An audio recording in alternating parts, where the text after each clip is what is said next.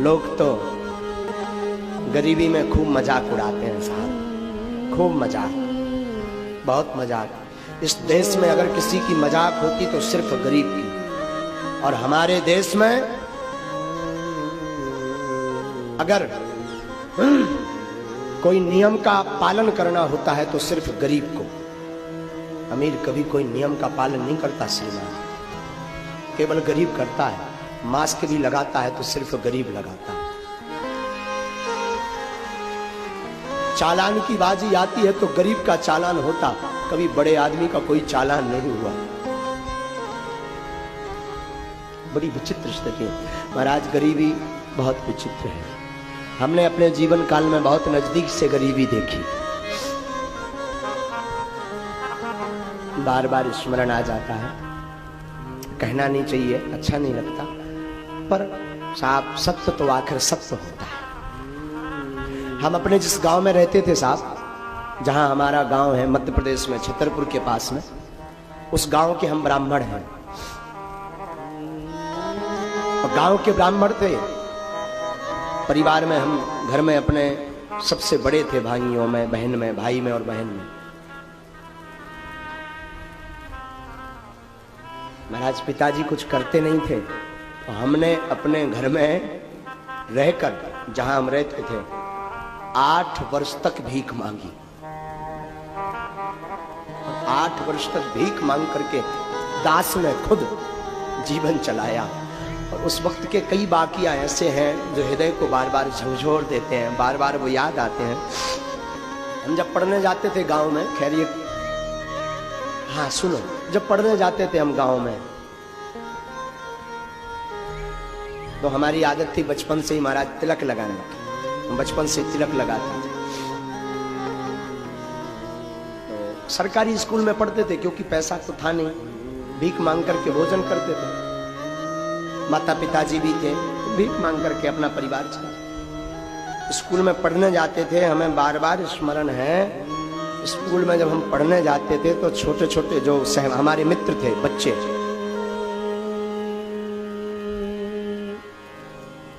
जबरदस्ती सिर पकड़ के हमारा तिलक मिटा देते थे।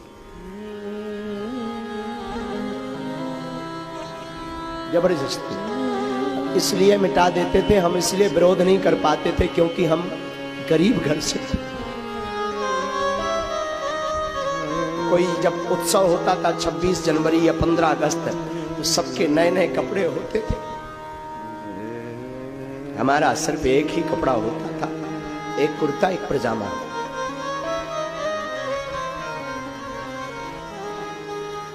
बचपन था हमारा, हमें वृंदावन पढ़ने जाना था, भागवत। उस वक्त 2000 रुपए किराया नहीं था।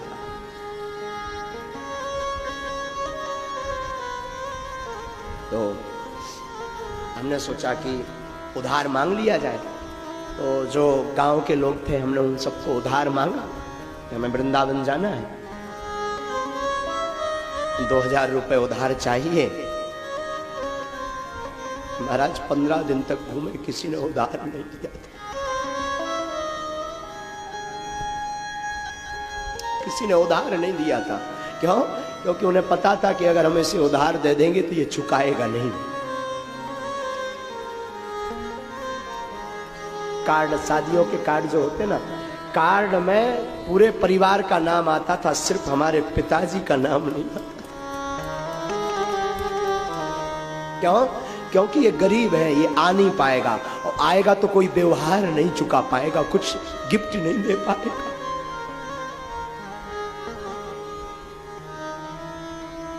महाराज फिर हम अंत तो गत्वा वृंदावन जा ही नहीं पाए। लेकिन उस समय में भी हमने हनुमान जी के चरणों को नहीं छुआ। हमारी माँ हमेशा हमसे बोलती थी, बेटा तुम घर से बाहर जब भी निकलना, मुस्कुराते हुए निकलना, कोई ये ना समझे कि हम गरीब हैं या भूखे हैं। मुस्कुराते हुए निकलना। साहब ये दास अगर बैठा है तो अपनी माँ के कारण बैठा है। मेरी माँ ने मुझे जीवन में बहुत कुछ सिखाया। मेरी माँ बोलती थी, बेटा जब भी घर से बाहर निकलना मुस्कुराते हुए निकलना, कोई ये ना समझ पाए गरीब है और भगवान तुम्हारा कोई नहीं, सिर्फ भगवान है। और साहब ये बात माँ ने बार बार हमारी बुद्धि में रखी, उसका परिणाम है कि एक दिन हनुमान जी ने भी हमारा हाथ पकड़ लिया। वो दिन है कि आज का दिन है साहब। मैं अपनी आप बीती बताता हूं, 4-4, 5-5 दिन तक पार्ले जी, उस जमाने में 1 रुपए का आता था, छोटा पैकेट पार्ले जी, 1-1 रुपए का पार्ले जी खा खा करके पेट भरा हमने, 1-1 रुपए का। उस वक्त कोई उधार नहीं देता, भिक्षा में, ब्राह्मण का काम भिक्षा मांगना है साहब, बुराई नहीं थी, ब्राह्मण का तो काम है भिक्षा मांगना। हम अपना कर्तव्य करते थे, कर्म करते थे, लेकिन मैं लोगों की मानसिकता बता रहा हूं। उस जमाने में जब भिक्षा मांगने जाता था तब लोग ताने देते थे, फिर आ गए साहब। लेकिन मैं प्रार्थना करूं, जिसका कोई नहीं होता उसका परमात्मा होता है। वो दिन है कि आज का दिन है। हमने हनुमान जी को कभी छोड़ा नहीं साहब, हम कहते रहे जैसी तुम्हारी इच्छा। मेरी माँ बोलती रही, बेटा तुझे चिंता नहीं करना, तू तो केवल भगवान का भजन कर। और हनुमान जी ने ऐसी पूंछ घुमाई कि आज बागेश्वर धाम पर हर महीने में 70,000 लोग निःशुल्क भंडारा पाते हैं। उसी वक्त हमारे दिल में बैठ गया था कि अगर हनुमान जी ने हम पर कृपा की और शायद 2 रुपए भी मेरी जेब में आए तो मैं गरीबों को भोजन करवाऊंगा। और साहब ये उसी का परिणाम है कि आज बागेश्वर धाम पर प्रति महीने 70-80 हजार लोग निःशुल्क भंडारा पाते हैं। और देश का पहला ऐसा धाम बागेश्वर धाम है। हम कहते हैं ना, किसी बड़े आदमी की बेटी की शादी हो तो करोड़ों रुपए उसके तोहफे में आ जाते हैं, हाँ या ना, करोड़ों लाखों। और किसी गरीब के घर पर शादी हो तो हम आप ही मात्र 100 रुपए का लिफाफा लेके जाते हैं।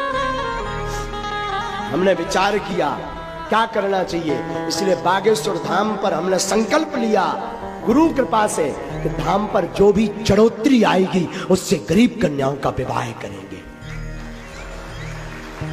मैं प्रार्थना करना चाहता हूं नागपुर महाराष्ट्र के आप सबसे, आप एक घड़ी बड़े आदमी का इनविटेशन छोड़ देना, बड़े आदमी के घर पर जाना छोड़ देना, पर एक बात गांठ बांध ले, गरीब गरीबी के कारण अगर आपको कार्ड भी ना दे पाए तो बिना बुलाए जाना और उसके घर पर कुछ देकर जरूर आना। इतना जरूर कर, तुम्हें सौगंध है अपने ईमान की, सौगंध है तुम्हें अपने ईमान की, क्योंकि साहब इनका तो सिर्फ परमात्मा होता है। और मैं व्यासपीठ से बोलूं तो बुरा नहीं होगा, जिसका कोई ना हो आ जाना हमारी गली में। बागेश्वर धाम खुला था, खुला है, खुला रहेगा।